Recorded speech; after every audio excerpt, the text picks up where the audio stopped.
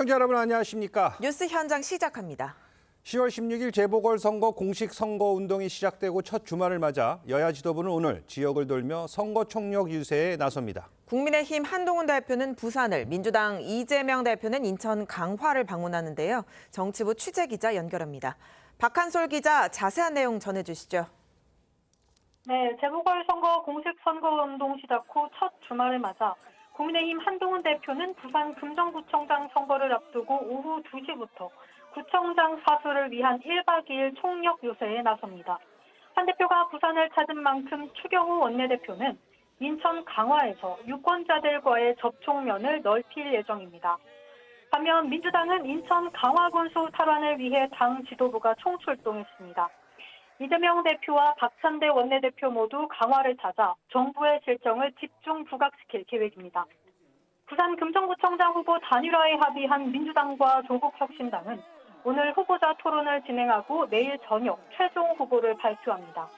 한편 국민의힘 한동훈 대표는 1박 2일 부산 유세를 마친 뒤 지난 7월 전당대회에서 자신을 지원했던 친한계 의원 18명과 만찬 회동을 합니다.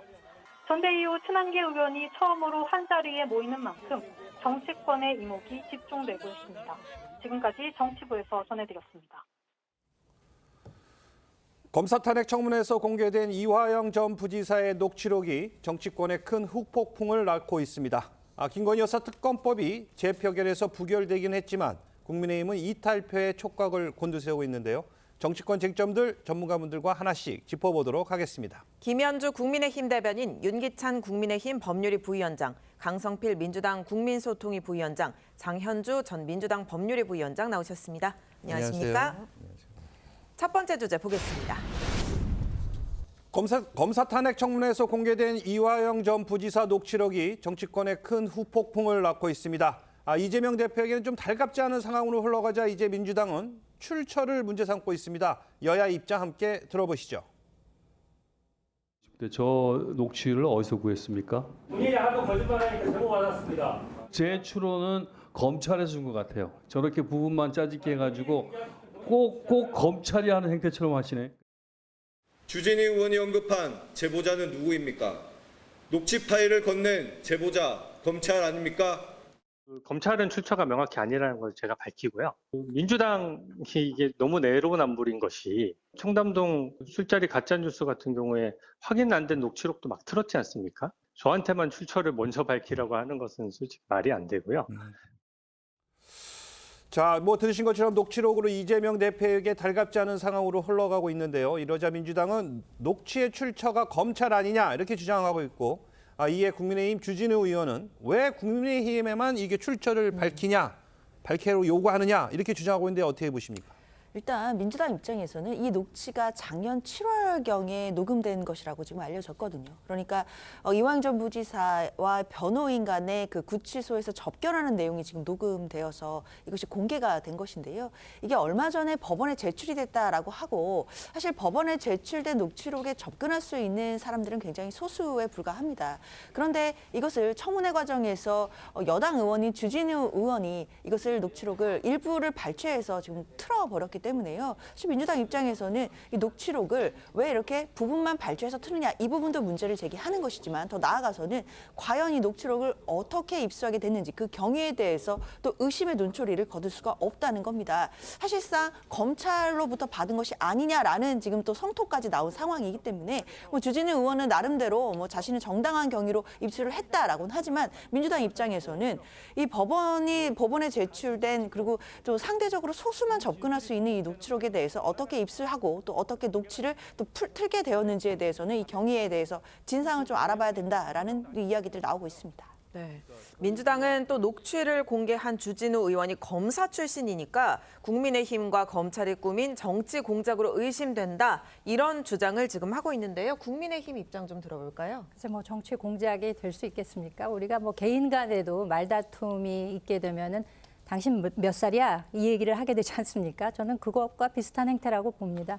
왜냐하면은 지금 이 녹취록이 공개가 됨으로써 사실상 민주당에서 애초에 원했던 바는 박상용 검사 탄핵 청원 청문회를 개최해서 검찰의 압박과 회유에 의해서 이화영 증인이 본인의 진술을 번복할 수밖에 없었다라는 당위성을 제공함으로써 이 뭐 탄핵해야 된다 이것을 주장하고 싶었을 거예요. 근데 이제 녹취록이 재생이 되다 보니까 오히려 혹을 때려다 혹 붙인 격이 되지 않았습니까? 이러다 보니까 좀 불리한 입장에 처했다고 생각했는지 이 녹취를 어디서 구했습니까에 지금 집중을 하고 있는 것입니다. 예. 주진우 의원 입장에서는 이 녹취록의 출처에 대해서는 전혀 문제가 없다라는 입장이고 오히려 이 녹취를 재생함으로써 그동안 수면 밑에 좀 내려가 있었던 여러 가지 문제점, 뭐 특히 변호사비 대납 의혹이라든가 법원 로비라든가 정치자금법 위반 혐의 이런 것들이 수면 위로 올라왔기 때문에 오는 7일에 이재명 대표와 이화영 전 부지사를 정치자금법 위반 혐의로 추가 고발하겠다는 입장을 밝히고 있습니다. 알겠습니다. 자, 이 녹취를 좀 자세히 들여다보도록 하겠습니다. 이 녹취에는요, 김성태 전 쌍방울 회장이 이재명 대표를 돕던 정치 조직과 관련된 폭로를 하려 한다. 이런 내용이 포함돼 있어 파장이 더 커지고 있습니다. 일단 한번 들어보시죠. 저를 통해서나 혹은 뭐 김정을 통해서 이 지사 쪽에 후원금을 냈고 또 특히 저희가 이재사 그 조직을 관리해서 전에 광장이라고 하는 그 이해찬 대표도 관련돼 있고 조정식 의원 국회의원도 많이 관련돼 있었는데 거기에 들어간 비용을 저희가 냈다. 정치자금법 아무도 저희가 냈다. 그런 주장을 하고 또 뭐 저한테도 또 따로 또 뭐 뇌물로 또 더 줬다. 뇌물로 줬다. 언론에 이미 난 내용들인데 이런 것들을 이제 얘기를 하려고. 네, 들으신 것처럼 이 정치 조직 바로 광장인데요. 친문 좌장격인 이해찬 대표도 관련돼 있고 조정식 의원, 국회의원도 많이 관련돼 있다. 어떤 조직입니까? 2021년 5월경에 민주당의 이제 대선 후보자 경선 과정에서 만들어진 이제 지지 모임인 거죠. 이때 당시에 조정식 의원이 대표가 되고 현역 의원 18명 정도 민주당의 의원들이 참여를 했습니다. 그리고 이해찬 대표가 뭐 상임 고문식으로 참여를 한 것이죠. 그러니까 이 이름의 자체가 민주당의 민주, 그리고 이재명 대표가 경기도지사였기 때문에 경기도의 핵심 가치인 평화, 그리고 이해찬의 어떤 핵심 싱크탱크였던 광장이 모여서 만들어진 건데 네. 결국에는 이때 당시에 뭐 홍준표, 윤석열, 뭐 이낙연, 정세균 등 많은 분들이 다 지지 모임이 결성되던 시기예요. 그리고 이재명 대표로서는 그 당시에 뭐라고 할까요? 직접적으로 개입된 참여가 된 것은 하나도 없습니다. 그야말로 당시에 현역 의원들도 여러 갈래로 흩어져 가지고 대선 후보를 밀다였거든요. 그렇기 때문에 만약에 문제가 있었다고 하면 정치자금법 조사해 가지고 문제가 있으면 처벌받으면 될 일인데 저는 궁금한 것이 이게 이미 오래된 얘기인 거거든요. 그리고 또 동시에 같이 나왔던 이재명 대표 변호사비 쌍방울 대납 사건도 사실 이것도 오래전부터 다 이슈가 됐던 내용이에요. 그러니까 방금 나온 이화영 전 부지사의 녹취 내용에 새로운 건 없습니다. 그리고 이 내용 중에서 새로운 것이 없기 때문에 이미 내용이 문제가 됐다면 검찰이 기소했겠죠. 근데 기소를 못했다는 것은 증거가 없었다는 것. 근데 이걸 다시 꺼내는 것은 그냥 흠집 내기에 불과하다 이렇게 보여집니다. 자, 흠집 내기에 불과하다라고 얘기를 해주셨지만 이 국민의힘은 이제 다음 주 월요일이죠. 그러니까 7일 날 이재명 대표와 이화영 전 부지사를 정치자금법 위반 혐의로 고발할 계획이라고 하는데 결국엔 이 정치자금법 위반에 초점을 맞춘 이유 바로 아까 논의됐던 광장이 연루돼 있기 때문인 거죠. 그렇죠. 광장이라는 단어가 사실 이제 고시 준비를 했던 사람들은 저게 그 신림동 고시촌 앞에 보면 광장이라는 서적이 있어요. 이해찬 전 대표가 했던 서적입니다. 그 광장에서 따온 걸로 아마 저는 알고 있는데 2007년경에 광장이라는 걸 만들어가지고 본인이 이제 대선 경선 준비를 하시죠. 그러니까 상당히 전국적 조직이에요. 새가 있는 조직인데 이 조직이 이제 2021년도 말씀하신 대로 5월달경에 이게 이제 이름이 바뀌어서 민주평화 광장으로 바뀌어가지고 그 당시에 이해찬 대표는 전면에 나서지 않고 조정식 의원이 대표를 해요. 그리고 이제 총괄 관리를 이화영 전 부지사가 합니다. 그렇기 때문에 신빙성이 있는 거죠, 사실은. 모르는 얘기를 하는 게 아니에요. 본인이 총괄 관리를 했습니다. 그래서 상당히 현역 의원들도 들어와 있고 그러면서 이재명 대표가 이제 경선 주자가 그 당시 1위였지만 되면서부터 이해찬 대표의 지지를 받으면서 이제 상당히 당내 지지세를 확보하게 되는 거죠. 그렇기 때문에 그 과정에서 이제 정치자금이 상당히 필요하지 않았겠냐 이런 의구심들이 있었는데 이화영 부지사가 저런 말씀을 하시니까 그렇다면 저런 게 국회 내에서 틀어졌기 때문에 저 부분에 대해서 범죄 혐의가 있다 그러면 그건 당연히 수사를 촉구하는 의미에서 고발을 해야 되는 거고요. 만약 고발 사건을 수사해 보니 그 관련 내용이 뭐 사실과 다르더라. 이러면 이제 무혐의 처분 되는 거고. 그리고 고발 대상자의 김성태 전 회장도 있기 때문에 주고받고 한 두 사람을 다 처벌하거든요. 그래서 수사를 해보면 김성태 회장의 구체적인 내용 있을 수 있을 거고 네. 또 하나 이화영 전 부지사에 대한 정치자금법 위반의 경우에는 이전에 처벌받은 부분은 본인의 정치 활동과 관련된 거예요. 예를 들면 당협 관리라든가 이런 거기 때문에 약간 결이 달라서 저 부분이 생각보다 파괴력이 있을 수 있다. 이렇게 생각합니다. 네, 실제로 말씀하신 것처럼 김성태 전 회장이 이 광장이라는 조직에 자금을 댄 게 사실이라면 그 자금이 이재명 대표 대선 자금으로 사용됐을 가능성이 있으니까 불법 대선 자금 수사로까지 번질 가능성 어떻게 보십니까? 판이 커질 수 있으리라는 생각입니다. 뭐 이미 다 나왔던 얘기이기 때문에 새로울 것이 없다라고 방금 전에 이제 말씀을 하셨는데 예. 지금 이 대화의 파장이라고 하는 것이 대화가 상당한 신빙성을 갖추고 있다라는 점에서 그 파급 효과가 클 것이라고 생각되는 거죠. 왜냐하면 이화영 전 부지사가 구치소에서 변호인을 상대로 은밀히 대화를 하지 않습니까? 상당히 속삭이듯이 이야기하는 부분도 있어요. 이미 김영태 변호사의 경우에는 과거 그 이재명 대표의 공직선거법 위반 혐의에 변호인으로 참석을 했었기 때문에 이분도 이런 내용에 대해서 모르고 있었던 게 아닙니다. 그럼에도 불구하고 그것보다 좀 더 있어요. 라고 이야기하면서 팩트 한 가지가 있다라는 식으로 이야기를 하기 때문에 이것은 사실상 실토나 자백에 다름없다. 그렇기 때문에 더 신빙성을 주고 있기 때문에 이것이 이제 추후에 정치자금법 위반 소지로 상당히 갈 가능성이 높다. 그런 점에서 상당히 판이 커졌다. 이렇게 해석할 수 있을 것 같습니다. 알겠습니다. 자, 또 다른 부분은요. 바로 이화영 녹취록에 나온 또 다른 문제는 바로 이재명 대표의 재판 거래 의혹까지 다시 재점화되고 있습니다. 바로 이 부분 때문인데 직접 한번 들어보시죠. 그거보다는 김성태가 폭로하겠다는 게 더 커요. 더 말씀이 크고. 그게 뭐예요? 절대 말씀하시면 안 됩니다. 이재명 지사의 재판을 도와줬다는. 변호사 되나? 뭐 그것뿐만 아니라. 뭐 대법관 어쩌고? 네, 그것도 있고 1심 재판도 있고. 그러니까 로비를 했다? 무죄 나올 때. 로비했다? 네, 뭐 변호사 민대납도 있고. 법원에 로비했고 변호사 밑에는 네, 뭐 구체적인 액수도 좀 나오고.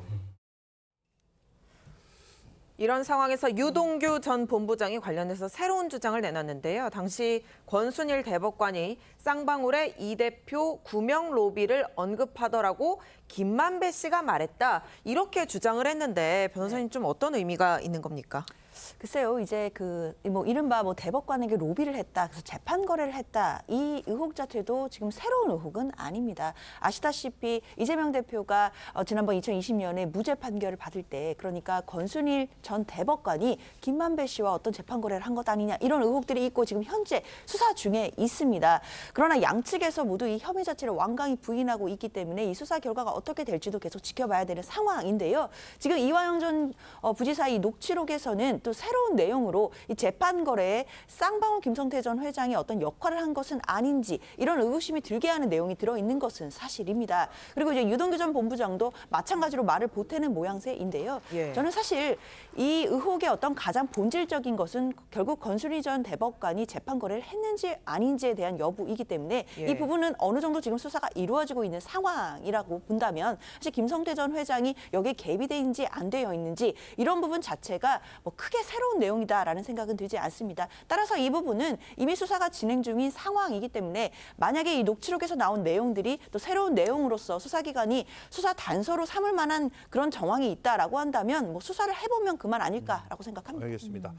자, 김만배 씨와 권 전 대법관 모두 이 재판 거래는 불가능하다면서 혐의를 부인하고 있지만 이 검찰은 재판 거래 의혹에 대해서도 수사 중입니다. 자, 수사 결과에 따라 이재명 대표에게 미칠 파장은 어떻게 전망하시나요? 그러니까 이게 재판거래라는 단어는 저희가 많이 들어봤는데 그 재판거래라는 단어는 권순일 대법관과 김만배 씨의 관계에서 김만배 씨가 8차례 드러들었잖아요. 그 무죄 취재 파기환송심 전후에 걸쳐서. 그리고 나서 이제 권순일 대법관이 그 김만배 씨가 대주주로 있는 화천대유에 자문변호사라고 가서 2억여 원의 고문료를 얻어요. 네. 근데 그 당시에 권순일 씨 변호사가 변호사 등록하지 않고 했기 때문에 그분에 대해서 기소가 됐어요. 그런데 문제는 뭐냐면 쌍방울 단어가 들어간 거는 처음이라는 거죠. 그러니까 이전에는 물론 유동규 씨가 김용 전 민주연구원 부원장 재판에서 쌍방울 얘기는 하긴 했는데 그게 조명을 받지 못했어요. 근데 이번에 유동규 씨가 그냥 한 말이겠거니 했던 이 언론들도 유동규 씨 말 이외에 이화영 부지사가 저렇게 얘기를 하잖아요. 그러니까 이게 어느 정도 신빙성이 이제 높아진 거죠. 그러니까 쌍방울을 통해서 권순일 전 대법관들의 로비가 있었다라는 저 말, 저거는 처음 나온 거거든요. 그리고 2심도 얘기를 합니다. 그러니까 1심에서 저희가 이제 무죄를 받았잖아요. 이재명 대표께서 2심가 가지고 300만 원의 유죄를 받습니다. 그 대법원에서 무죄 취지의 파기환송을 받아요. 그리고 다시 수원고등에 가서 무죄를 받아요. 그러니까 2심이 2번이죠. 그러니까 무죄 2심이 있다는 거죠. 그러니까 이게 사실은 이화영 부지사의 말이 상당히 이 사실관계에 부합하는 면이 없지 않아 있어요. 그러니까 저희도 재판부에 대한 로비가 통했다는 건 믿고 싶지 않지만 저렇게 드러난 여러 가지 중복된 증언에 따르면 이거는 어쨌든 검찰이 한번 들여다봐야 되는 것이 아닌가 이렇게 생각합니다. 국민의힘에서는 이화영의 진술 번복을 위해서 집요한 사법방해가 있었다 이렇게 주장하고 있습니다. 들어보겠습니다.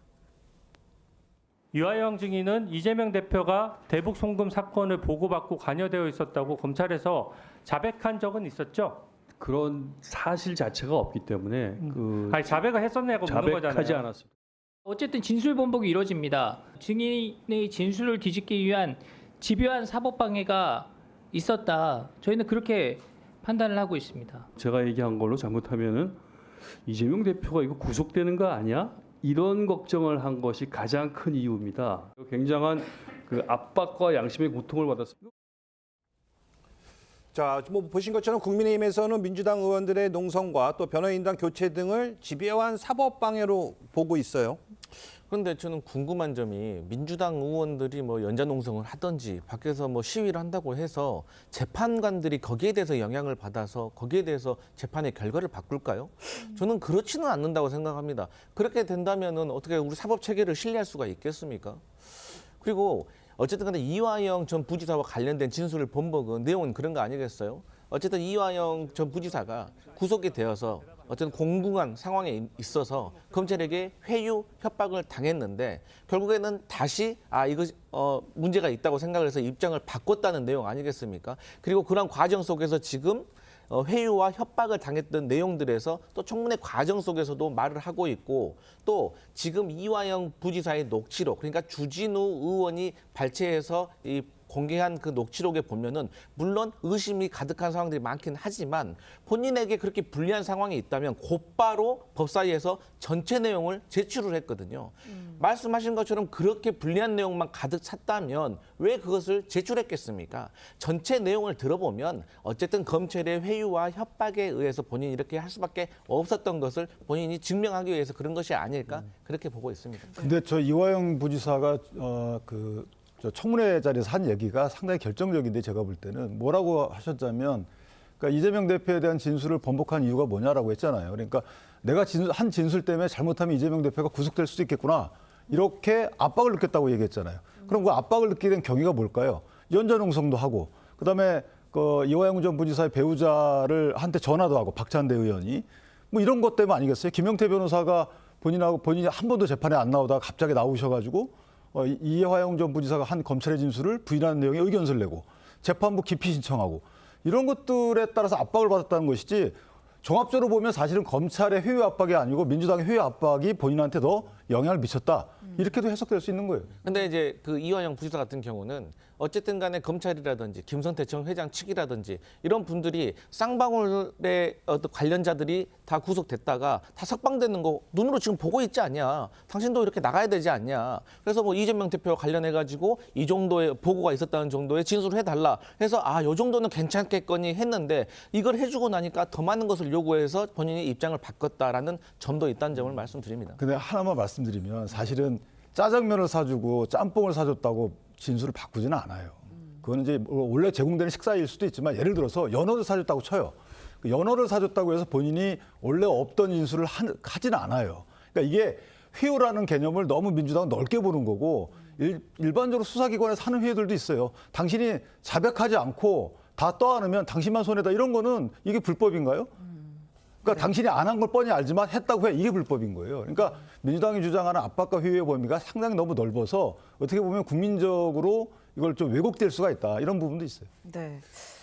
지금 이렇게 녹취록 파장이 커지자 민주당은 또 녹취록이 짜깁기다. 그러니까 이화영 전 부지사도 조금 전 들으신 것처럼 짜깁기다라고 주장을 했는데 전체를 다 들어보면 우리가 판단을 할 수 있는 내용이지 않겠습니까? 그렇죠. 녹취록이라는 것이 사실 전체를 다 들어보지 않고 부분만 본다라고 한다면 당연히 좀 선입견이나 또 편견을 가질 수밖에 없다고 생각이 듭니다. 녹취라는 것이 전체 대화의 또 맥락이나 취지가 또 중요한 것이기 때문에요. 일부만 본다라고 한다면 사실 전체 취지와 다르게 또 확대 해석되거나 또 왜곡될 수 있는 가능성 분명히 존재합니다. 따라서 그 청문회 과정에서도 이화영 전 부지사가 주진우 의원이 그 녹취록의 일부를 틀게 되니까 본인이 그거 어디서 났냐라고 하면서 또 전체 녹취록을 제공을 했거든요. 그리고 법원에도 제공이 됐습니다. 만약에 본인에게 뭐 불리한 상황이다라고 하거나 또는 이것으로 인해 또 새로운 또 혐의가 추가될 수 있는 상황이었다라고 한다면 상식적으로 봤을 때 이것을 전체를 뭐 국회에 제출한다든지 법원에 제출한다 이런 것은 생각하기가 어려운 부분들이 있거든요. 그렇기 때문에 전체 취지를 본다고 한다면 결국에는 이화영 전 부지사가 검찰 측이나 뭐 아니면 또 다른 뭐 압박이나 회유 때문에 뭔가 진술을 번복하고 또 진술이 또 오염되는 과정이 있었다라는 취지를 좀 설명하기 위한 그런 녹취가 아닌가 생각 듭니다. 알겠습니다. 자, 이재명 대표의 사법 리스크가 커져가자 신명계가 이재명 대표와 미국의 트럼프 전 대통령을 비교하고 나섰습니다. 한국 검찰 기준대로라면 트럼프 전 대통령은 감옥에 갔을 것이다. 이렇게 주장하고 나섰는데 설득력이 있어 보이십니까? 설득력이 있을 수가 있겠습니까? 왜냐하면 왜 이 사례를 굳이 미국의 경우에 비교를 하는가라는 점을 지적을 우선 할 수가 있겠죠. 미국과 우리의 경우에는 법 체계 자체가 다릅니다. 예를 들면 우리는 이제 헌법 개정을 하지 않습니까? 9차례 헌법 개정이 이루어졌는데 미국의 경우에는 1789년도에 제정된 미국 헌법이 그 자체가 굉장히 간단하게 되어 있습니다. 그렇기 때문에 헌법 개정이라고 하는 것을 증보의 형식으로 해서 어멘드먼트라고 해서 27개 수정 헌법이 있습니다. 이런 식으로 기본적으로 법 체계 자체가 다른 것이고요. 우리 공직선거법이라고 하는 것은 허위 사실을 유포하는 것에 대해서 상당히 중하게 다루고 있습니다. 그렇기 때문에 벌금 100만 원 이상의 형만 나오더라도 그 직을 잃게 되어 있지 않습니까? 그런 이유는 이 허위 사실을 이야기함으로써 국민들에게 있어서 선택에 혼란을 주면 안 된다라는 그런 취지가 있는 것이거든요. 근데 미국의 경우에는 이전번에 그 토론회를 했을 때도 보셨겠습니다만 뭐 이민자들이 개와 고양이를 먹는다 이런 이야기를 했을 때 직접 사회자들이 관여를 해서 사실관계 팩트 체크를 해서 계속 끊고 들어갑니다. 그래서 사실관계를 분명히 해주다 보니까 우리는 사후적으로 공직선거법을 통해서 이것을 올바로 바로잡는가 하면 미국의 경우에는 그 당시에 바로바로 체크가 되는 그런 시스템 자체가 다르고요. 그리고 굳이 뭐 트럼프 대통령과 비교할 점이 있다면은 트럼프 전 대통령의 경우에도 뭐 미국 역사상 유례가 없이 전직 대통령으로서 4개 혐의에 형사 기소가 됐다는 점, 그리고 이재명 대표는 4개 재판을 받고 있다는 점, 뭐 이런 점은 비슷하다고 할 수 있겠습니다만 이것을 사례로 억지로 갖다 꿰다 맞추는 것은 아무 의미가 없다 이렇게 생각이 됩니다. 어떻게 보십니까? 네, 뭐 그렇게 볼 수도 있겠죠. 그런데 16대 2의 어떤 팩트 체크가 있었던 것도 시청자들에게 보여주는 거 아니겠습니까? 근데 저희 민주당의 지지자들이나 민주당의 구성원들은 사실 이재명 대표를 지금까지 4개의 큰 사건 재판 이게 받게 된 게 대장동이나 백현동이나 그야말로 수십억, 수백억의 검은 돈이 오간 정황이 있는 큰 사건에서 이재명 당시 뭐 성남시장이 검은 돈을 받지 않았느냐라는 의혹에서 시작된 거예요. 근데 그 의혹을 해명하는 과정에서 그야말로 말꼬투리를 잡아서 그 본질은 계속 수사로 재판으로 가고 있으면서 오히려 그 격가지인 말꼬투리로 지금 다음 대선에 출마할 수 있냐 없느냐를 결정하는 이 상황이 조금 잘못된 것이 아닌가라는 것이 민주당의 주장입니다. 알겠습니다. 다음 주제로 가보도록 하겠습니다. 대통령이 거부권을 행사한 김건희 여사 특검법이 어제 재표결에서 부결됐습니다. 재표결을 앞두고 한동훈 대표는 반대 입장을 표명했는데요. 들어보시죠. 김건희 여사 특검법안에 대해서는 국민들과 언론에서 주목할 겁니다. 국민의 눈높이에 맞는 해법이 필요하다는 당내외 많은 분들의 생각을 저도 알고 있습니다. 그러나 이런 법이 통과되면 사법 시스템이 무너지기 때문에 반드시 막아야 합니다. 자, 어제 그 김건희 여사 특검법이 부결되긴 했지만 이 표 단속에도 불구하고 최소 4표의 이탈표가 나온 것으로 보여집니다. 자, 국민의힘에서는 좀 약간 당황스러운 그런 분위기도 감지될 것 같은데요. 그렇습니다. 뭐 단순 비교는 안 됩니다만 지난 21대 국회의 막바지에서 2월 29일에 쌍특검법에 대한 재표결이 이루어졌을 때와 상당히 많은 분들이 이제 비교를 하시더라고요. 당시에는 110석의 국민의힘 의원들이 이제 전원 출석을 해서 그 가운데서 이제 한 명만이 이제 무효표를 던지고 나머지는 모두 부결을 시켰었는데, 이번에는 단순 산술로만 보자면, 물론 뭐 개개인이 어떻게 표를 던졌는지는 무기명이기 때문에 알 수는 없지만 일단 4표의 이탈표가 나온 것으로 보입니다. 아마 찬성을 2표, 그다음에 무효 및 기권이 1표씩 있는 것으로 보이는데, 특히 무효표의 경우에도 이제 가짜에서 R을 굉장히 이제 길게 써서 무효 처리가 되었다고 해요. 그러니까 나름대로는 어떤 정치적 의미를 두고 무효 처리를 시킨 것이 아니냐, 이런 의미가 담겨져 있는데, 아시다시피 이번에는 300명 전원이 출석을 했습니다. 우원식 국회의장의 경우에도 이런 경우는 이제 처음이다라는 이야기를 했는데, 이 경우에는 재표결이기 때문에 200표 이상의 가결표가 나와야만 이제 통과가 되는데, 4표의 이탈표가 나왔다고 하는 것은 국민의힘 입장에서는 상당히 당황스러운 면이 있다라고 생각이 됩니다. 왜냐하면 이 특검법안 자체가 위헌 위법적인 요소가 있기 때문에 당론으로 부결시켜야 한다라고 했습니다만, 이탈표가 나온 의미가 무엇이냐, 그리고 앞으로 이 무한 도돌이표가 계속되어서 또다시 재발의가 돼서 이와 같은 상황에 맞닥뜨렸을 때는 과연 어느 정도의 이탈이 나올 수 있을 것이냐, 이에 대해서 상당히 여러 가지로 고민스러운 지점이 있다라고 생각이 됩니다. 그렇군요. 한동훈 대표 들으신 것처럼 재표결을 앞두고 이런 특검법이 통과되면 사법 시스템이 무너진다라면서 국민의힘의 단일 대우를 강조했는데요. 민주당에서 보는 이탈표 4표의 의미 좀 들어볼까요? 뭐 여러 가지 지금 분석들은 나오지만 결국 국민의힘 내부에서도 이대로 계속 반복할 수는 없다라는 경고의 메시지를 준 것 아니겠느냐라는 생각 듭니다. 사실 만약에 이번 부결 이후에도 대통령실에서 입장 변화가 없다라고 한다면 다음번에 뭐 마찬가지로 재표결되는 상황이 왔을 때는 그때는 부결되는 것을 장담할 수 없다라는 메시지가 저는 함축돼 있다라고 생각이 듭니다. 그렇기 때문에 국민의힘 내부에서도 또 긴장감도 감도는 것으로 보이고요. 이제 정말 8표 중에 4표가 이탈했기 때문에 턱밑까지 왔다라고 볼 수밖에 없는 것이고, 다음번에도 마찬가지의 재표결 상황이 온다라고 한다면 국민의힘 내부에서 누구도 결과를 장담할 수 없는 상황이 될 것입니다. 따라서 국민의힘으로서는 이제 이 부결 이후에 민주당에서는 다시 한번 김건희 여사에 대한 특검법 발의할 것으로 지금 보이고 있기 때문에요. 그렇다면 국민의힘이 앞으로 대통령실을 어떻게 설득해서 김건희 여사 이른바 리스크들을 조금은 매듭 지을 수 있을지에 대해서 추구 전략을 빠르게 내놓아야 될 것으로 보입니다. 네.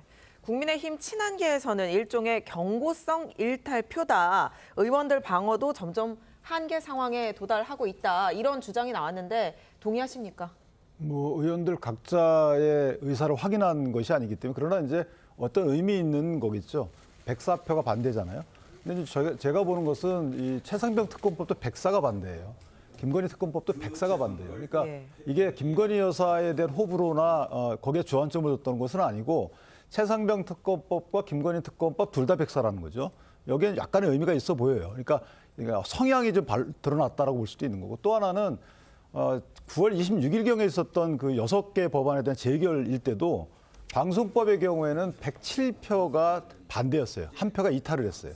그렇기 때문에 이것은 약간의 이제 개인 의원들의 개인 성향이 좀 반영될 수도 있는 거고, 그래서 조금 더 지켜봐야 되겠지만, 어쨌든 저희가 뭐 부결을 시켜야지만 이것이 사과를 하고 안 하고에 대한 어떤 기준점이다. 뭐 이런 거 이렇게 보면 안 될 것 같고, 국민적 시각에서 볼 때 어쨌든 김건희 여사의 문제는 김건희 여사가 매듭져야 되는 시점이 와야 되겠죠. 그렇게 생각합니다. 알겠습니다. 자, 민주당은 특검법을 재발의하겠다는 뜻을 밝혔습니다. 자, 그렇게 되면 특검법이 결국에는 계속 발의되고 거부권 행사하고 다시 또 재표결하고 이런 무한 반복이 되는데, 이거에 대해서 국민들도 굉장히 좀 너무 좀 지쳐하시는 부분들도 있거든요. 민주당에서는 어떻게 보십니까? 민주당 내부에서도 그런 사실 회의론이 좀 있긴 했었습니다. 이거 다른 방법을 생각해야 되는 거 아니냐. 그런데 이번에 특검법을 저희가 재표결하면서 느낀 바가 있습니다. 아, 이게 무한 정쟁이 아니겠구나. 이제 계속 두드리니까 이제 무너지겠구나. 그러니까 지금 저희 민주당도 이런 생각을 합니다. 진보 일간지 사설에서 민주당의 어떤 행태에 대해서 지적을 하잖아요. 뼈아프게 받아들여야 되고 방향을 바꿔야 됩니다. 마찬가지로 지금 보수 일간지 사설에서도 지금 국민의힘의 행태에 대해서 지금 지적을 하고 있어요. 그러면 계속 더 이상 아닌 걸 아니라고 말을 해야 됩니다. 하지만 아무도 지금 그런 말을 공식적으로 말하지 못하고 물밑에서만 하는 거 아니겠습니까? 그래서 이번에 104표에서 4표의 이탈표가 있었다는 거는 저는 이제 10월 10일이 지나면 지금 현역 의원들이 공직선거법 공소시효라는 어떤 굴레에서 벗어날 수가 있고 또 이번 국정감사에서 만약에 내부 고발자의 어떤 객관적인 증거가 나와서 여론이 더 흔들린다면 저는 국민의힘의 현역 의원들도 이제 선택을 할 것이다. 하지만 여기에 문제점은 뭐냐면 다음 대안이 없다는 겁니다. 그래, 특검을 했어. 그럼 특검을 해서 무엇이 밝혀졌을 때 만약에 보수 진영이 무너질 수도 있는데 거기에 대해서 대안이 무엇이냐. 이게 없기 때문에 지금 망설이고 있지만 결국에는 저는 국민의힘 현역들도 여론에 따라서 움직일 것이다. 그렇게 보여집니다. 네, 민주당이 다음 달 아마 더 센 특검법을 낼 거다 이런 전망이 많은데 다음 달 이재명 대표 선고도 있어서 시기가 맞물릴 것으로 보이거든요. 김건희 여사 공세가 이재명 대표 사법 리스크 물타기 아니냐 이런 시각에 대해서는 어떻게 보시는지요? 글쎄요, 저는 이재명 대표의 사법 리스크와는 전혀 별개의 사안이라고 생각합니다. 그렇기 때문에 물타기가 뭐 되지도 않을 거고 물타기를 시도한다라는 것도 생각하기는 어려울 것 같습니다. 그리고 이제 김건희 여사에 대한 특검법이 이번에 결국 부결되긴 했지만 다시 재발이 될 가능성이 당연히 높고 민주당은 이 부분을 이제 계획대로 잘 추진을 할 것으로 보이는데요. 이번에는 더 특검법이 강해질 것이다라는 얘기가 나옵니다. 그런데 그것이 뭐 민주당이 부결됐으니까 김건희 여사에 대한 특검법을 더 세게 하자 이런 취지라기보다는요. 계속해서 김건희 여사에 대한 어떤 논란이나 의혹들이 추가가 되고 있기 때문입니다. 지금 심지어는 공천 개입과 관련된 여러 의혹들이 보도를 통해서 쏟아져 나오고 있는 것이고 그리고 또 도이치모터스 주가 조작과 관련해서도 새로운 정황들이나 새로운 또 어떤 그 뭐 당시에 조사했던 자료들 같은 부분들이 뭐 보도를 통해 계속 나오고 있는 상황입니다. 따라서 민주당은 이 모든 내용들을 다 담아서 특검법을 다시 발의할 수밖에 없는 상황이고요. 만약에 이 특검법이 발의가 된다라고 해서 이재명 대표의 11월 선고가 어떻게 물타기 된다 이런 것은 생각하긴 어려워 보입니다. 알겠습니다. 국민의힘에서는 민주당에서 특검법을 다시 발의하면 또다시 부결시키겠다 이렇게 벼르고 있고요. 민주당 역시 또 단단히 반격을 준비하고 있습니다. 들어보시죠. 법안을 같은 형식으로 상임위에서 수기 없이 일방적으로 밀어붙여서 또 강행할 경우에는 당연히 부결시켜 나갈 것입니다. 오늘 역사의 오점을 남을 일이 또 국회에 벌어졌습니다. 윤석열 대통령은 김건희 특검법과 순재개명 특검법 거부권을 또 행사했고 집권당 국민의힘 의원들은 똘똘 뭉쳐 또 폐기시켰습니다. 대통령 권력 그 5년 뭐가 대단하다고 겁이 없어요. 우리 국민들이 지금의 죄가를 따박따박 물어갈 것입니다. 자, 지금 뭐 보신 것처럼 국민들이 죗값을 따박따박 물어갈 것이다. 이건 또 어떤 의미인가요? 사실 지금 과거의 정치를 살펴보면 역대 대통령이 뭐 형제라든지 아니면 자식이라든지 이런 문제들이 있었을 때 재임 기간 내에 검찰이 수사를 해서 또 법적으로 처벌받아야 될 내용이 있으면 처벌한 사례도 있었지만 그렇지 않은 내용들은 그 다음 어떤 정권에 있어서 그 다음 정권이 만약에 정권이 재창출이 됐든 정권이 교체가 됐든지 간에 이 전임 대통령들이 재임 시절에 있었던 과오에 대해서는 처벌을 받았던 것은 우리가 다 생생하게 목격을 했을 것입니다. 그런 차원에서 어떻게 보면 지금 국민의힘 정권에서 문재인 전 대통령과 관련된 문제들도 불거져 나오는 거 아니겠습니까? 마찬가지로 이번 윤석열 정권 다음에도 5년이 끝나고 나면 정권이 재창출이 된다고 하더라도 저는 윤석열 정권에서 있었던 과오에 대해서는 다시 문제가 될 것이고 그때라도 시시비비는 가려질 것이다. 그런 표현입니다. 네. 지금 국민의힘 지도부에서는 이 특검법 반대와 김건희 여사에 대한 어떤 국민적 의혹 불식은 좀 분리해서 보는 듯한 그런 경향이 보이던데 맞습니까? 특히 이번에는 더 그렇죠. 왜냐하면 이 특검법안이라고 하는 것이 위헌, 위법적 요소가 많다는 거 아니겠습니까? 위헌이라고 하면 어차피 삼권 분립이 되어 있는 상황하에서 입법부가 사법권마저 만들어서 흔들겠다고 하는 그런 취지가 있기 때문에 이제 위헌적인 요소가 있다고 하는 것이고 위법적인 요소라고 하면은 사실상 선수가 뛰면서 심판도 함께 보겠다라는 라는 의미가 담겨져 있는 것이기 때문에 이번에는 당론을 통해서 이것을 이제 부결을 하자라고 합의가 모아진 상황입니다.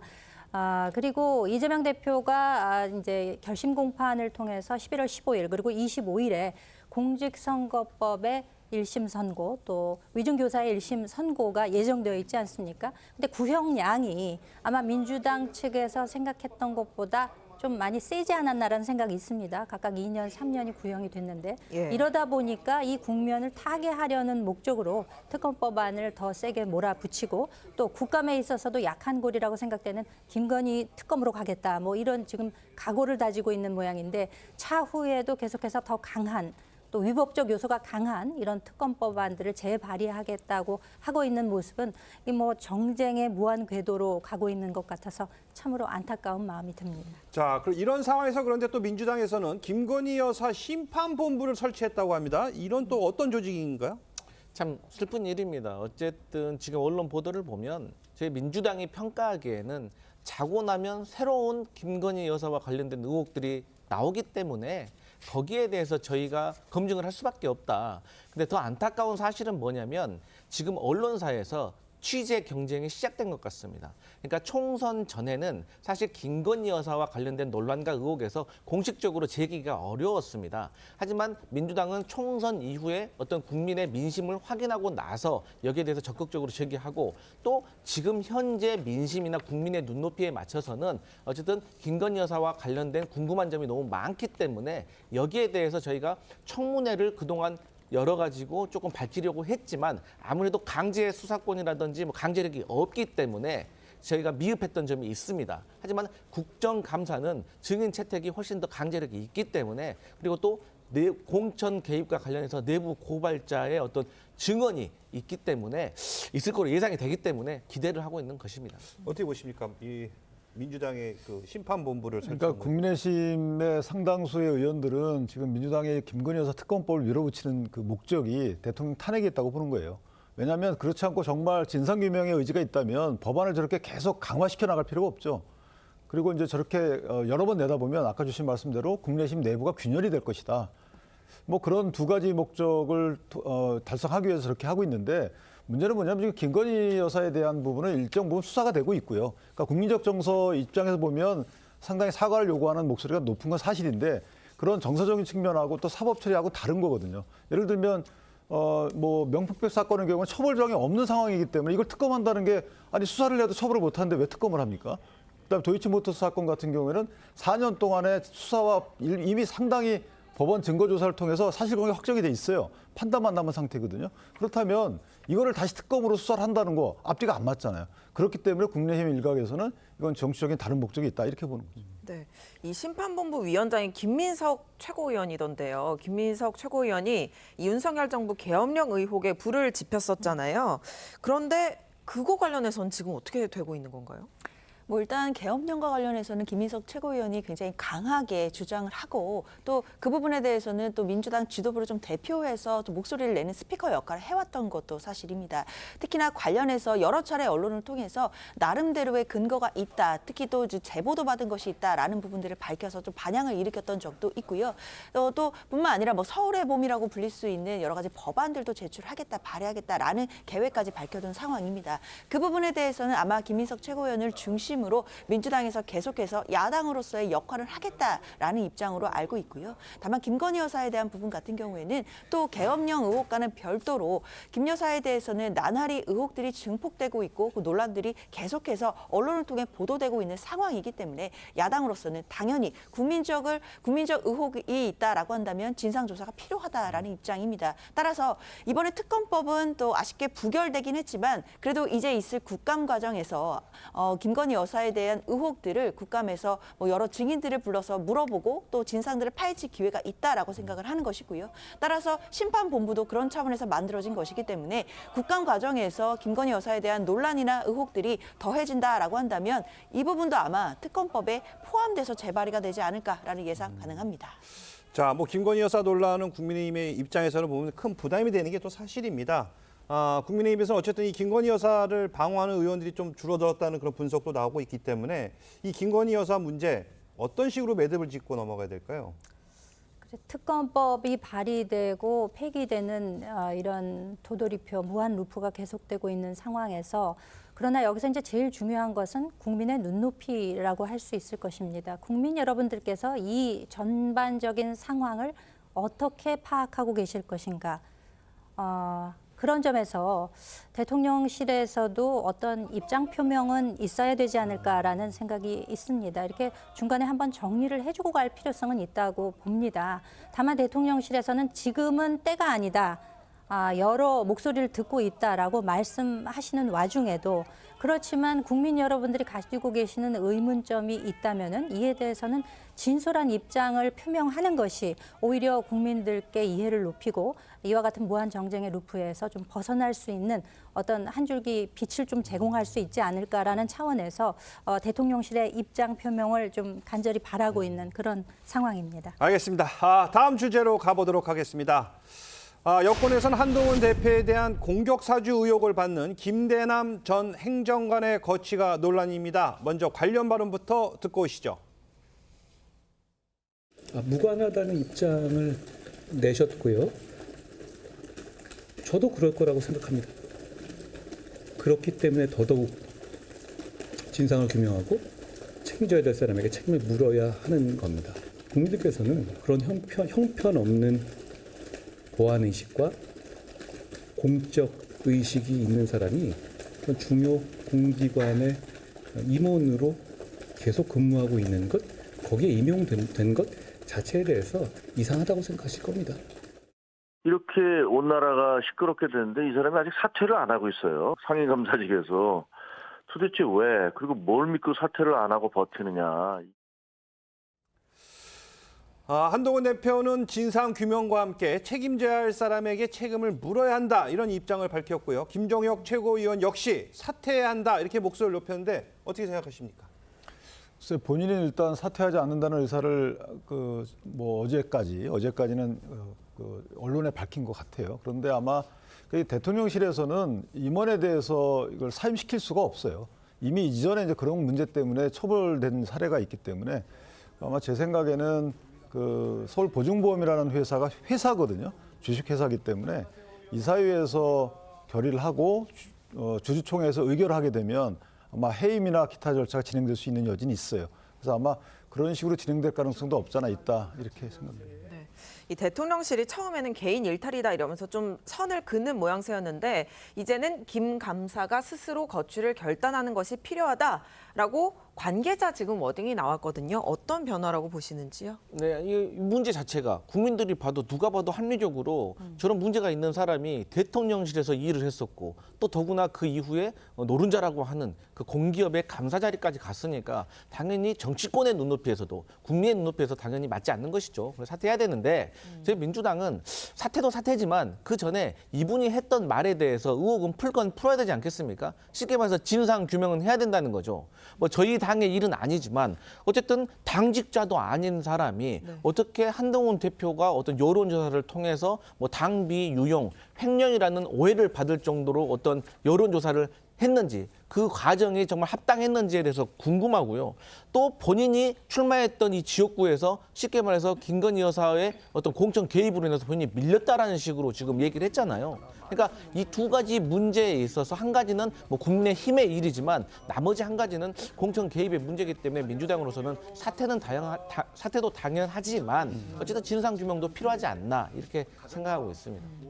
국민의힘은 한동훈 대표의 공격 사주 의혹과 관련해서 진상규명 절차에 착수를 했습니다. 이 총선 백서특위위원장이 조정원 의원 등을 상대로 진상조사를 할 걸로 알려졌는데 자 일단은 이게 제일 심각했던 게 자료가 유출될 가능성 이걸 보고 있는 거잖아요. 그렇죠. 극히 소수만이 공유할 수 있었던 정보가 어떻게 흘러나와서 이것이 공격 사주로까지 갔느냐에 대한 진상을 이제 규명하고자 하는 것입니다. 사실상 지난 그 총선 백서 특위에서 그 조사 과정을 통해서 많은 사람들을 접촉을 했고 또 여의도 용건을 직접 방문을 해서 조사한 걸로 알려져 있고 또 모 당협위원장도 그 당시에 이제 동행했던 것으로 알려져 있습니다. 근데 이것이 이제 전당대회 국면에서 실제로 이 내용이 흘러나간 것이 사실인 것으로 지금 밝혀지지 않았습니까? 그럼 과연 어떻게 이 정보에 접근했을 것이냐? 더구나 이걸 가지고 전당대회에서 유력한 후보를 공격하는 것으로 사용해 작동이 되었다고 한다면은 이에 대한 진상은 반드시 규명되어야 당의 기강이 올바로 쓸 것이고 또 이것을 해당 행위라고 보는 것이 마땅하지 않나라는 생각이 듭니다. 그리고 사실관계도 틀렸어요. 그러니까 교묘하게 뭐 70억을 횡령했느니 뭐 이런 식으로 지금 이야기가 나갔는데 그 자체가 전체 예산이 18억이었고 그 당 대표로 이미지 2030 청년에 대해서 이 선거를 치르는 데 있어서 당대표가 어떤 이미지를 가지고 있는가 하는 조사는 통상적으로 이루어지는 것임에도 불구하고 이것을 마치 횡령인 것처럼 이렇게 표현한 것 자체도 굉장히 문제가 있다. 그렇기 때문에 총선백서 투기 위원장을 비롯해서 그 함께했던 위원들까지도 조사를 해서 이것이 어떻게 새나가게 된 것인지에 대해서 반드시 규명할 것으로 보입니다. 네, 지금 특히나 친한계가 정치공작 배후를 밝혀야 한다라면서 벼르고 있는데 이걸 계기로 윤한 갈등 오히려 더 커지는 거 아니냐 이런 시각이 있는데요. 이미 커졌다고 봐야 될 것 같습니다. 네. 특히나 뭐 국민의힘에서도 친한계 계신 분들과 또 친윤계 계신 분들의 목소리가 지금 좀 엇갈리고 있는 상황이거든요. 특히 뭐 나경원 의원이라든지 뭐 홍준표 뭐 지사 같은 경우에는 지금 한동훈 대표가 너무 일을 키우는 것 아니냐라는 이야기가 나오는 반면 또 친한계에 계신 분들 같은 경우에는 사실상 배후가 있는 것 아니냐라는 의혹까지 제기를 하고 있기 때문에 사실상 당정 갈등의 어떤 그 갈등이 폭발하는 기폭제를 넘어서 이미 그 폭발은 더 증폭이 됐다라고 봐야 될 것 같습니다. 사실 한동훈 대표가 당 내부에 감찰을 지시를 했고 그 감찰 과정에서 공격 사주에 대한 진상도 밝혀져야겠지만 더 나아가서는 김대남 전 행정관이 관련된 경력도 전무함에도 불구하고 서울 보증의 상근 감사로 가게 된 그 경위까지도 진상조사에 밝혀질 가능성이 있거든요. 사실 그렇게 된다라고 한다면 일부에서 지금 이야기하고 있는 배후라든지 뭐 마쿠의 실력자가 있는 것 아니냐 이런 의혹까지도 확대될 수 있는 것이기 때문에 사실상 이 갈등의 골은 더 커졌다라고 봐야겠습니다. 이런 가운데 나경원 의원이 논란을 키우는 한동훈 대표를 향해 해당 행위라고 또 직격했습니다. 직접 듣고 오시죠. 이 문제를 왜 지금 지도부가 이렇게 키우느냐. 민주당 진영이나 좌파 진영의 그런 꾀임에 넘어간 수다. 이렇게 우리 진영의 지금 손해라는 거죠. 아니 근데 이게 것이 결과적으로는 당의 해당 행위가 되지 않나 이렇게 봅니다. 네, 한동훈 대표가 공격 사주 의혹 관련해 논란을 키우는 건 해당 행위다. 그리고 나 의원이 또 SNS에 윤석열 대통령 탄핵 밑밥을 물은 행위다. 이런 글까지 올렸는데 어떻게 보셨습니까? 과민 반응이라는 표현 같아요. 나경원 의원은 이제 그렇게 보는 시각도 있어요. 김재섭 의원도 그런 취지의 표현을 했고요. 근데 이것은 이제 녹취록이 있기 때문에 사실은 본인이 말했느냐 안 했느냐는 이미 이제 진상 규명할 필요가 없는 거고요. 그럼 본인이 말한 내용을 어디서 얻었느냐의 문제인데. 본인의 해명을 일단 해명이 맞는지를 살펴보면 될 것 같아요. 김다람 씨가 뭐라 그랬냐면 본인이 10월 2일자에 유튜브에 나온 그 총선백서 특위에 있었던 뭐 인사의 방송을 보고 옮겼다는 거예요. 그럼 그 방송 내용과 김다람 씨가 얘기한 내용이 일치를 한지 여부를 따져보면 그러면은 추가적인 진상규명이 필요한지가 나오는 거거든요. 그런데 이제 덮어놓고 만약에 진상규명을 끝까지 하겠다. 예를 들면 아까 민주당 측에서 말씀 주시는 것처럼 임원 추천 경위까지 따져보겠다. 이건 진상 범위를 벗어나는 거잖아요. 그러니까 이런 식으로 얘기하게 되면 그것은 대통령실과의 각을 인위적으로 세운다라는 오해가 있다. 오해가 있을 수 있다. 그렇기 때문에 과민 반응은 조금 더 자중하는 게 맞지 않겠느냐. 이런 취지의 주장 같아요. 한동훈 대표는 내일 취임 후 처음으로 친한계 의원들과 만찬 회동을 갖는데요. 어떤 이야기들이 오고 갈 것으로 예상이 되십니까? 아무래도 지금 이번에 나왔던 김대남 그 전 행정관의 얘기부터 해서 의료 대란까지 해서 여러 가지 뭐 문제에 대해서 얘기를 하겠죠. 근데 저는 한동훈 대표의 그 정치력이 지금 기로에 또 한 번 섰다고 생각을 합니다. 네. 그러니까 본인께서는 지금 내부 감찰을 통해서 김대남 행정관에 대해서 문제를 해결하려고 하시는데 실효성이 전혀 없습니다. 그러면 이 문제를 푸는 방법은 현명하게 푸는 방법은 두 가지가 있는데 하나는 그냥 수사당국에 고발하고 조용히 지켜보자 하고 넘기는 일입니다. 그리고 두 번째로는 대통령실과 상의를 해가지고 당은 좀 조용히 있고 대통령실에서 나서서 진상규명을 하고 마무리하는 것이 제가 봤을 때는 원만한 합의라고 보는데 한동훈 대표께서는 그럴 생각이 없으신 것 같습니다. 그래서 어쨌든 간에 최근에 국정감사를 앞두고 본인이 원외이기 때문에 어떤 본인의 역할이라든가 앞으로 당이 나아가야 될 방향 그리고 최근에 특검법과 관련해가지고도 어쨌든 이탈표가 있었기 때문에 이런저런 내용에 대해서 상의를 하려고 하는 의도가 아닌가 그렇게 보여집니다. 일각에선 이 만찬 시기를 두고 윤석열 대통령이 얼마 전 그 국감 전에 2일에 친윤계 의원들과 원내 의원들과 식사를 했었는데 한 대표가 이에 맞서서 좀 세력화에 나선 거 아닌가 이런 시각에 대해서 어떻게 보시는지요? 글쎄 세력화라고 보시는 분들이 과연 얼마나 계실까 모르겠어요. 그냥 한동훈 대표는 정치권에 입문한 이래로 무슨 개 이런 거 좋아하지 않는다. 그런 거 추구하지도 않을 거다라는 점을 분명히 밝힌 바 있고요. 사실 지난 7.23 전당대회 끝나고 나서 지금 너무 이슈들이 끊임없이 제기되었기 때문에 원내 인사들과 뭐 각계 접촉, 1대1 만남, 뭐 중진, 또 원로들과 만남 이런 것들이 있었습니다만 이후에 여러 사람이 함께 목소리를 모을 수 있는 자리는 없었습니다. 그렇기 때문에 그냥 그 있는 그대로 순수하게 한 20여 명 정도 의원들과 지금 이제 뭐 국감도 앞두고 있는 상황이고 또 여러 가지로 어제 이제 특검법안 처리라던가 여야 의정 협의체 뭐 논의할 것들은 너무나 많기 때문에 그렇게 이제 원내 인사들과 한번 큰 자리를 마련해서 논의를 이어가는 그런 것으로 순수하게 봐주시면 어떨까 생각이 됩니다. 알겠습니다. 지금까지 정치권 쟁점 짚어봤습니다. 감사합니다. 수고하셨습니다.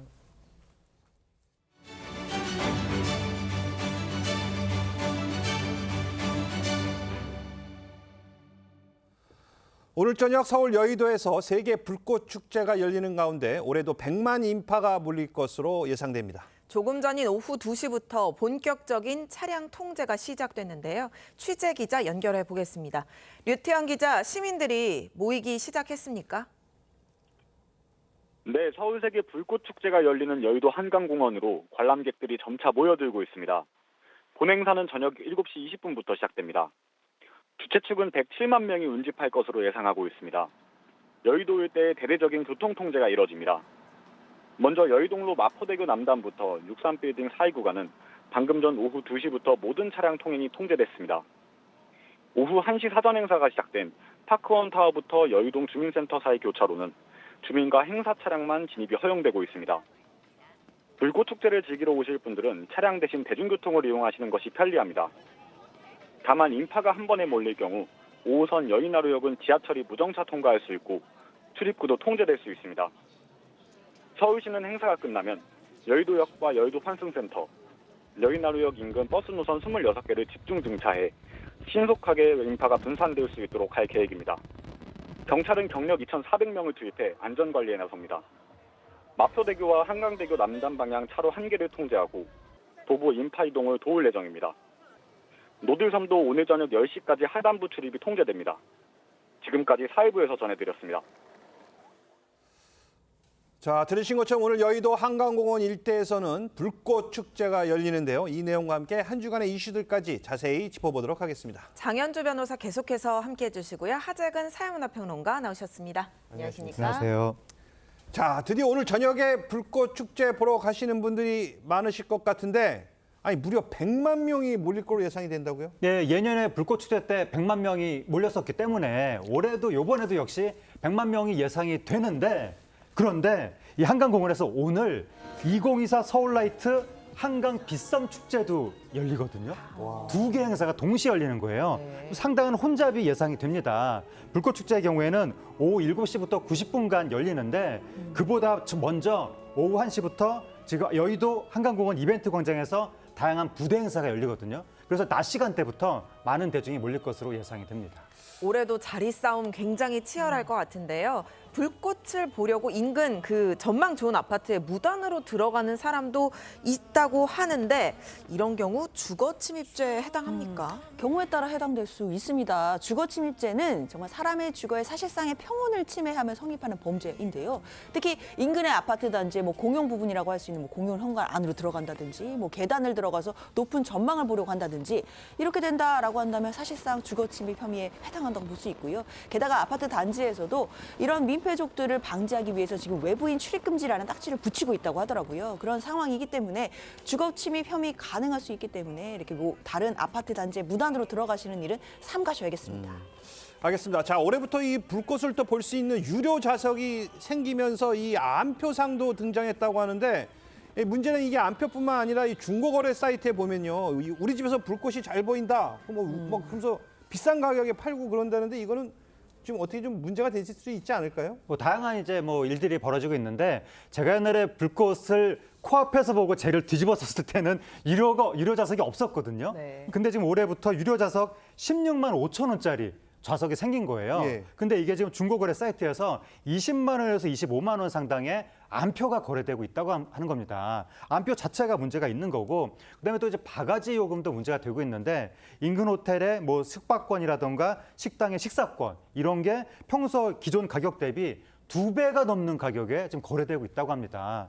그리고 또 한강변의 아파트 거주자들이 우리 집 공간을 빌려주겠다라고 하면서 중고거래 사이트에 돈을 받고 빌려준다고 글을 올리고 있다고 합니다.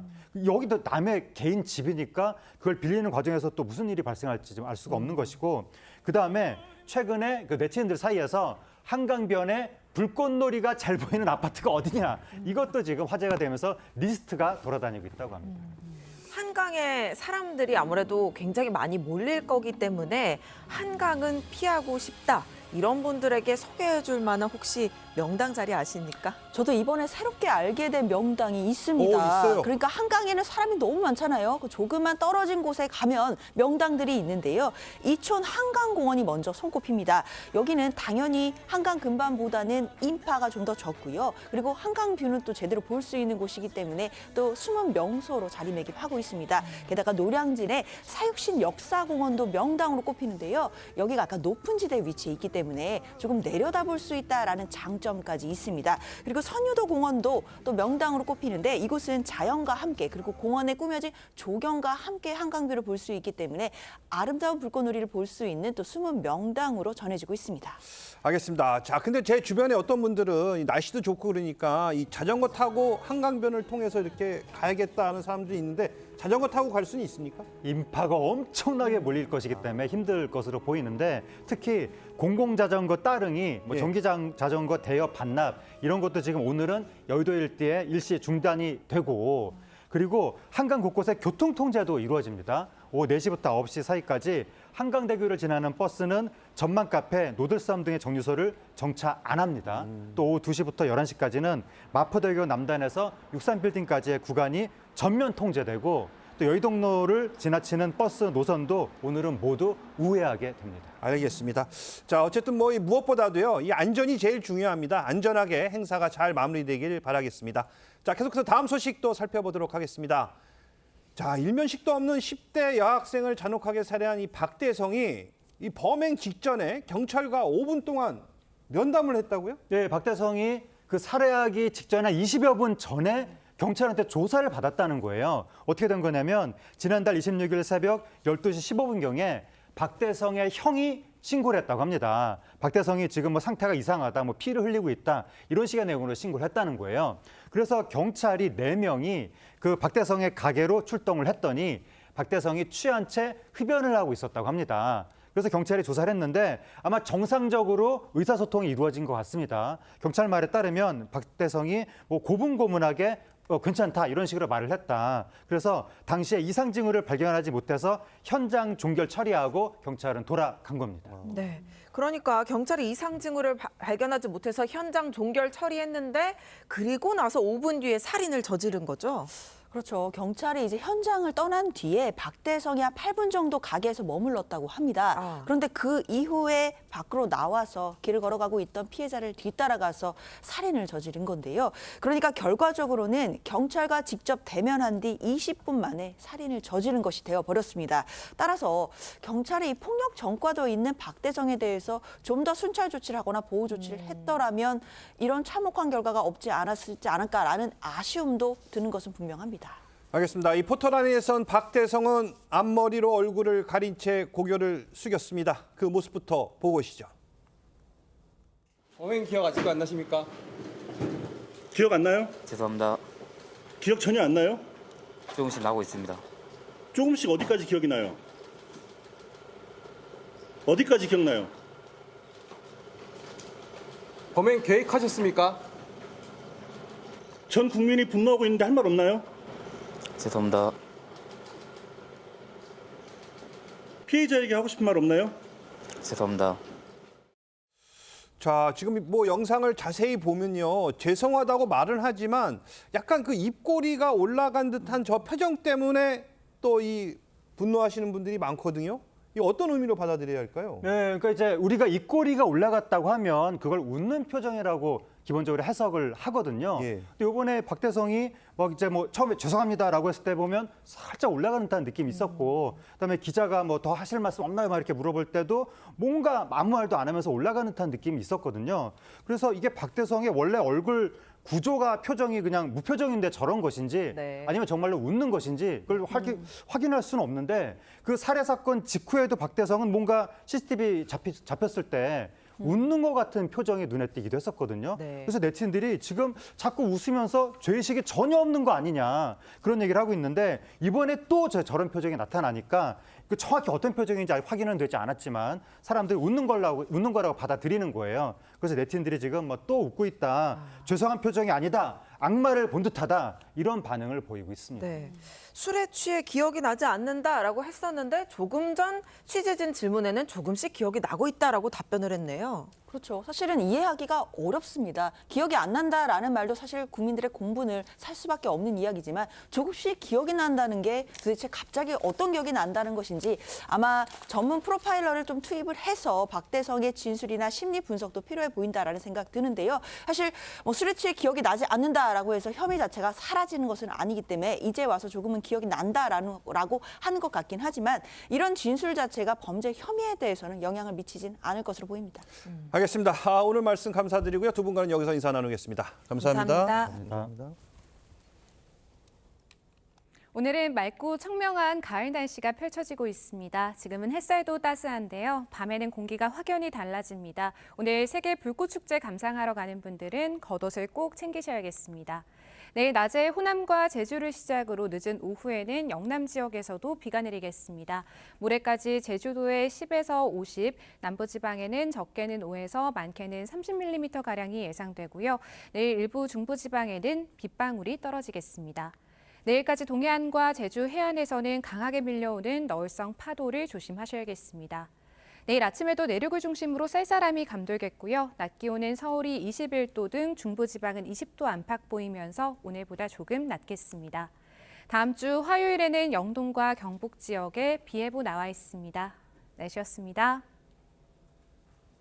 10월 5일 토요일 TV조선 뉴스 현장은 여기까지입니다. 함께해 주신 여러분 고맙습니다.